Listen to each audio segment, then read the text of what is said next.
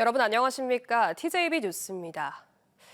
국민의힘 대선 후보로 김문수 후보가 최종 결정되면서 마침내 6.3 대선 구도가 윤곽을 드러냈습니다.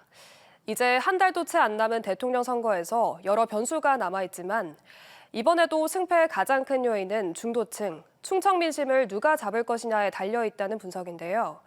한 달여 앞둔 대선판을 흔들 변수와 충청 민심의 흐름을 서울지사에서 이재곤 기자가 살펴봤습니다. 한 달도 안 남은 21대 대선을 흔들 최대 변수는 국민의힘 김문수 후보와 한덕수 후보와의 단일화 여부입니다. 문제는 시간, 후보자 등록 기한인 11일까지 맞춰야 합니다. 국민의힘은 여기에 이준석 후보, 이낙연 전 총리까지 통합하는 빅텐트를 구성하고 있는데 이준석 후보부터 빅텐트에 부정적이어서 쉽지 않습니다. 다만 빅텐트가 이뤄지면 변수가 커집니다.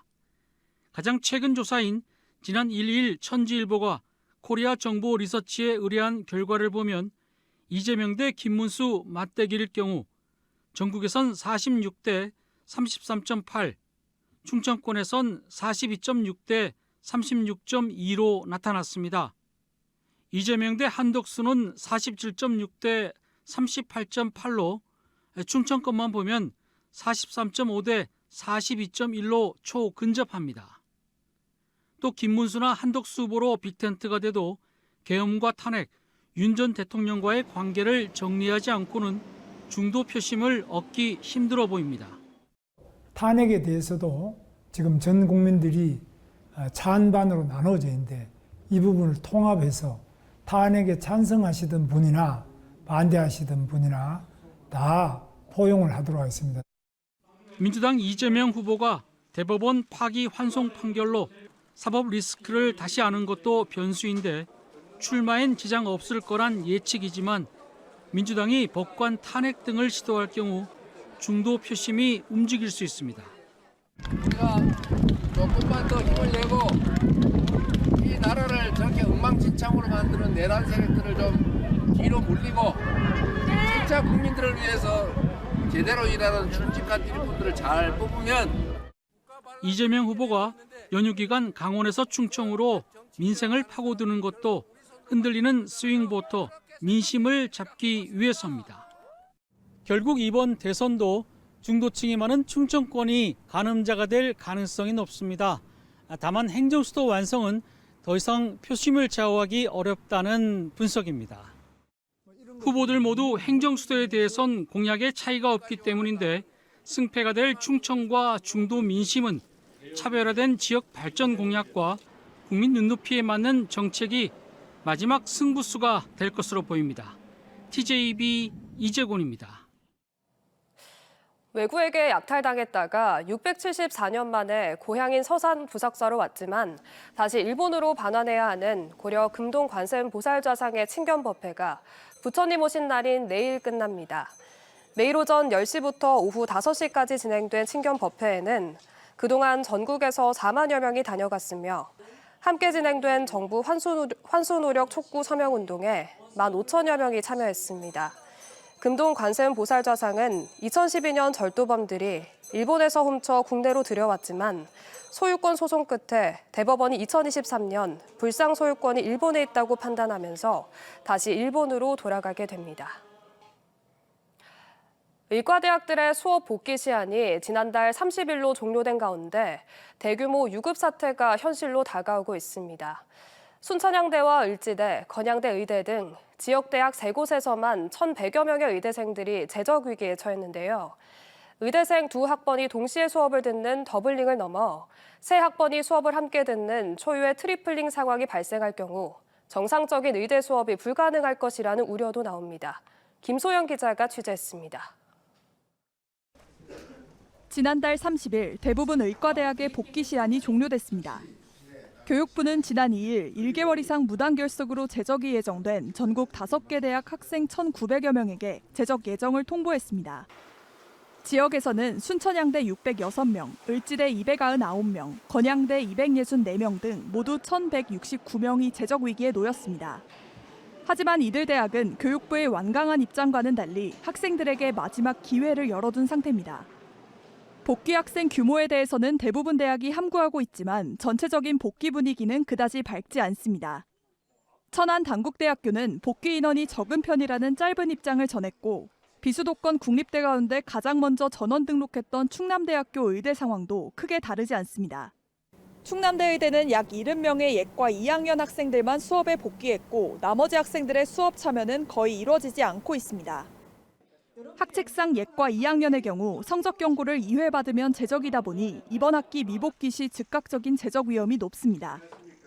교육부는 미복귀자 구제책은 없다는 강경한 입장을 내놓고 있어 집단 유급이 현실화될 우려가 점점 커지고 있습니다. 그렇게 되면 내년도에는 신입생을 포함해 모두 3개 학번이 동시에 수업을 듣는 트리플링 사태가 불가피합니다. 이에 동아대학교 등 일부 대학에선 신입생의 수강 신청 우선권을 부여하도록 학칙 개정에 나섰지만 충청권 대학들은 현재 유급 진행 상황을 예의주시하며 대응책을 고심 중입니다. 이미 두 학번이 함께 수업을 듣는 더블링으로 혼란이 가중되는 상황에서 트리플링은 어떻게든 막아야 한다는 목소리가 나옵니다. 수업을 할 수 있는 공간도 그다음에 수업을 시킬 수 있는 교수들도 부족하기 때문에 3개 학번이 수업을 듣게 된다고 하면 수업 자체가 불가능하기 때문에 총장님한테 학칙을 조금이라도 바꿔서 학생들을 최대한 오래 수업을 진행할 수 있도록 하려고 노력하고 있습니다. 교육부는 대규모 유급 제적 사태에 대비하기 위해 편입학 요건 완화 등을 검토 중이며 오는 7일까지 각 대학의 상황을 취합해 최종 대책을 마련할 계획입니다. TJB 김소영입니다. 어제 오후 4시 15분쯤 천안 성거읍 경부고속도로 하행선 342km 지점 망양 휴게소 인근을 달리던 고속버스가 승합차를 추돌했습니다. 사고로 승합차에 타고 있던 2명이 중상을 입는 등 모두 7명이 다쳐 병원으로 이송됐습니다. 경찰과 소방당국은 도로가 정체를 빚던 중 사고가 난 걸로 보고 정확한 경위를 조사하고 있습니다. 오늘 낮 1시 10분쯤 논산 광성면 산동리의 한 단독주택에서 불이 나 소방당국이 인력 33명과 장비 8대 등을 동원해 20여 분 만에 불길을 잡았습니다. 인명피해는 없었으며 소방당국은 주택 마당에 있는 컨테이너에서 전기적인 요인으로 불이 났을 가능성 등을 조사하고 있습니다. 또 오늘 낮 1시 40분쯤 서산의 한 아파트 8층에서도 불이 나 인명피해 없이 30여 분 만에 진화됐습니다.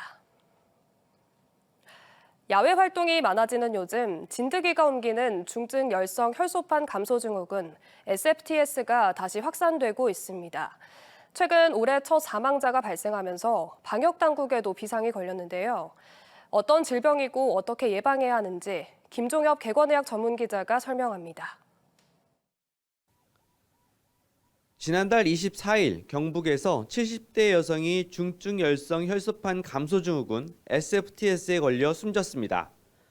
올해 첫 SFTS 사망자로 쑥을 캐러 산에 다녀온 뒤 어지러움증과 근육통 등으로 병원을 찾았지만 증상이 악화하며 숨졌고 이후 SFTS 감염 사실이 확인됐습니다.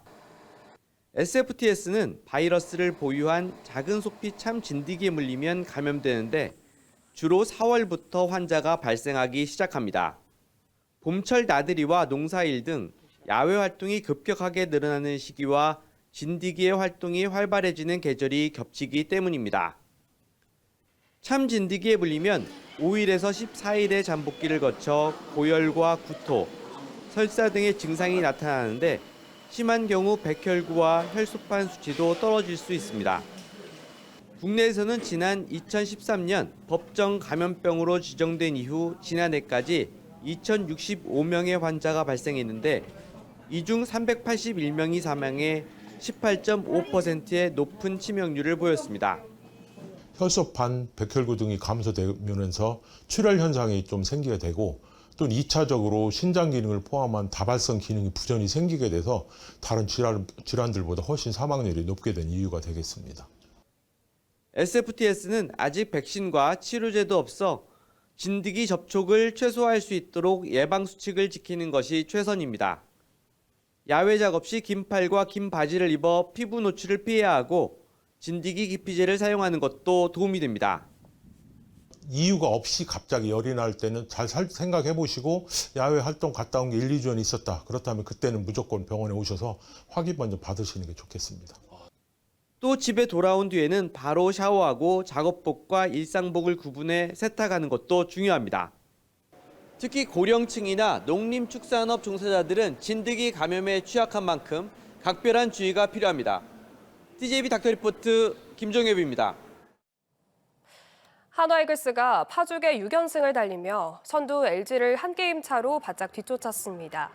한화는 광주 챔피언스 필드에서 열린 기아와 주말 3연전 마지막 경기에서 에이스 폰세의 7이닝 1실점 호투와 최은석의 결승타에 힘입어 기아를 3대1로 꺾고 6연승을 질주했습니다. 한편 9회 말 등판한 마무리 김서현은 최고 구속 161km의 강속구를 뿌리며 1이닝을 무실점으로 틀어막고 시즌 10세이브를 올리며 이 부문 단독 선두로 올라섰습니다. 한화는 어린이날인 내일부터 대전 한화생명 볼파크에서 삼성 라이온즈를 상대로 홈 3연전을 갖습니다. 2일부터 대전 유성구 온천로 일대에서 펼쳐졌던 유성 온천 문화축제가 4일간의 일정을 마치고 폐막했습니다. 행사장 곳곳에서 아로마와 와인 등을 활용한 조격탕 등 온천소 체험이 펼쳐졌고 프리마켓과 과학체험존 등이 이어졌습니다.